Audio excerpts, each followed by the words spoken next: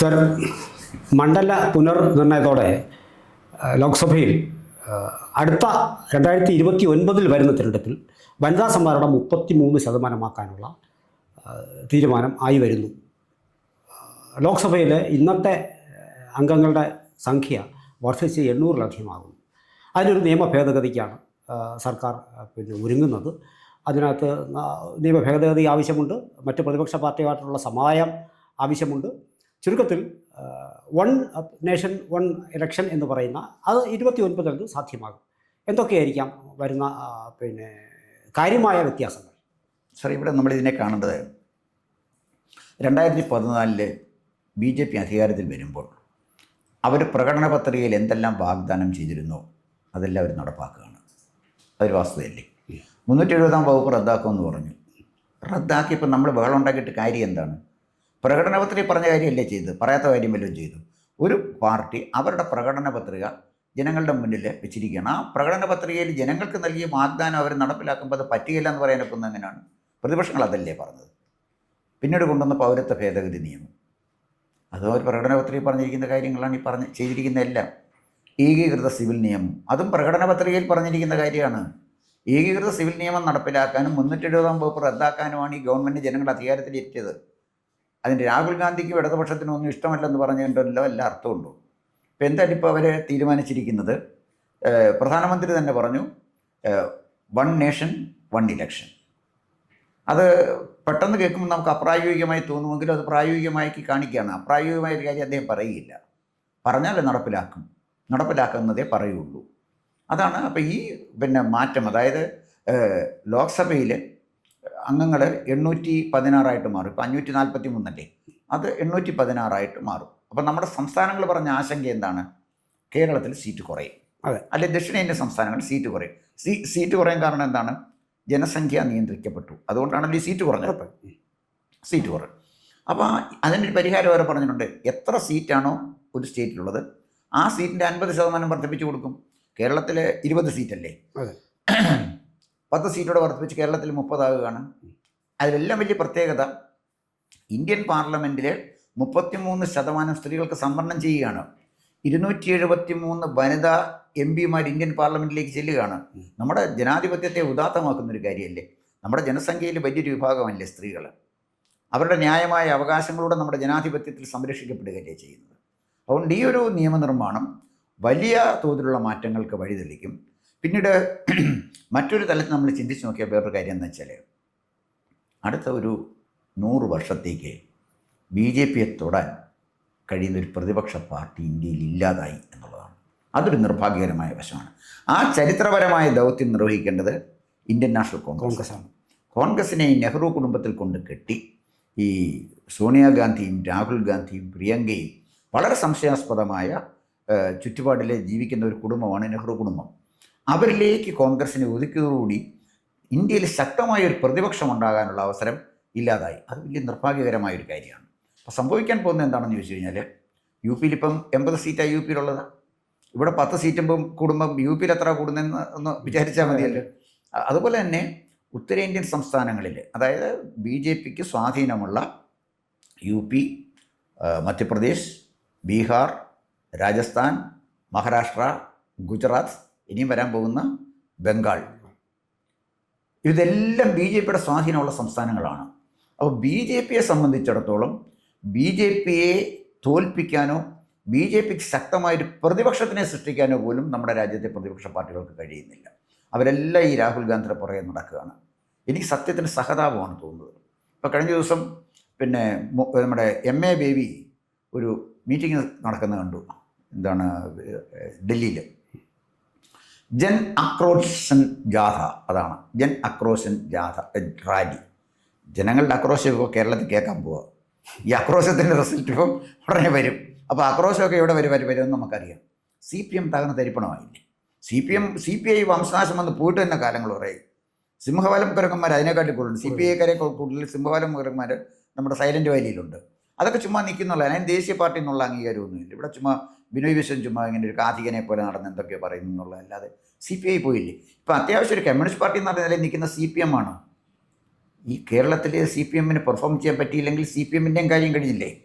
5 സീറ്റും കണ്ട് സ്റ്റാലിൻ കൊടുക്കാമെന്ന് പറഞ്ഞ് പിക്ഷ കൊടുക്കുന്ന പോലെ തമിഴ്നാട്ടിൽ. അതുകൊണ്ട് വല്ല ഒരു ദേശീയ പാർട്ടിക്ക് ഒന്നുകൂടി ചോദിച്ചു നോക്കി കേട്ടോ, 6 പിടിച്ചു നോക്കി.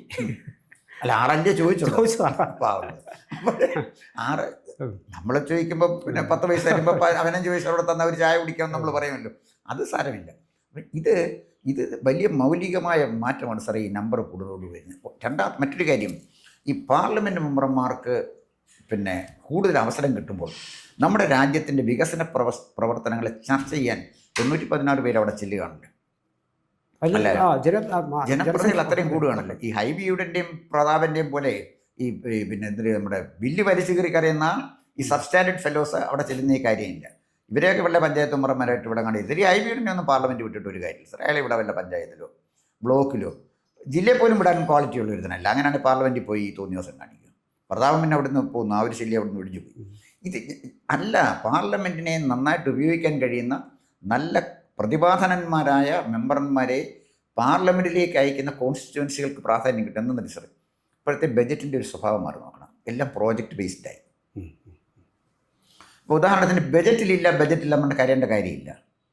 കൊല്ലം റെയിൽവേ സ്റ്റേഷൻ 360-670 കോടി രൂപ മുടക്കി. പിന്നെ എത്രയോ കോടികളാണ് മുടക്കുന്നത്. ഇന്ത്യയിലെ ഏറ്റവും നല്ല റെയിൽവേ സ്റ്റേഷൻ ഒന്നാണ് കൊല്ലം റെയിൽവേ സ്റ്റേഷൻ പണിയുന്നത്. ട്രിവാൻഡ്രത്തിനേക്കാൾ സൗകര്യങ്ങൾ കൊല്ലത്ത് വരികയാണ്. അപ്പോൾ Kollam railway station, Kozhikode railway station, Thrissur railway station, ഇത് വല്ലതും പിന്നെ ബജറ്റിൽ പറഞ്ഞിരുന്നാണോ?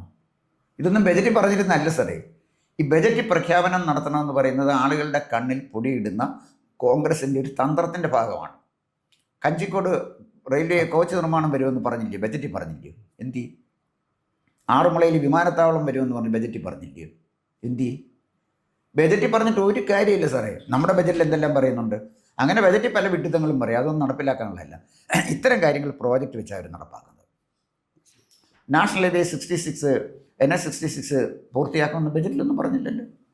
ഇതൊന്നും ബജറ്റിലല്ല പറയേണ്ടത്. ഇപ്പം ഞാൻ പറഞ്ഞു വന്നത്, ഓരോ പ്രദേശത്തെയും വികസന സാധ്യതകൾ ഗവൺമെൻറ് പരിഗണിച്ച് അവിടേക്ക് ഫൈനാൻസ് ചെയ്യാണ് ഗവൺമെൻറ് ചെയ്യുന്നത്. എന്ന് പറഞ്ഞാൽ വികസനം തുല്യമായി എല്ലാ തലത്തിലും എത്തണം. അതാണ് നരേന്ദ്രമോദിയുടെ കാഴ്ചപ്പാട്, BJPയുടെ കാഴ്ചപ്പാട്. അങ്ങനെ വരുമ്പോൾ എൻ്റെ നിയോജക മണ്ഡലത്തിലെ ടൂറിസം പൊട്ടൻഷ്യൽ ഇതാണ്.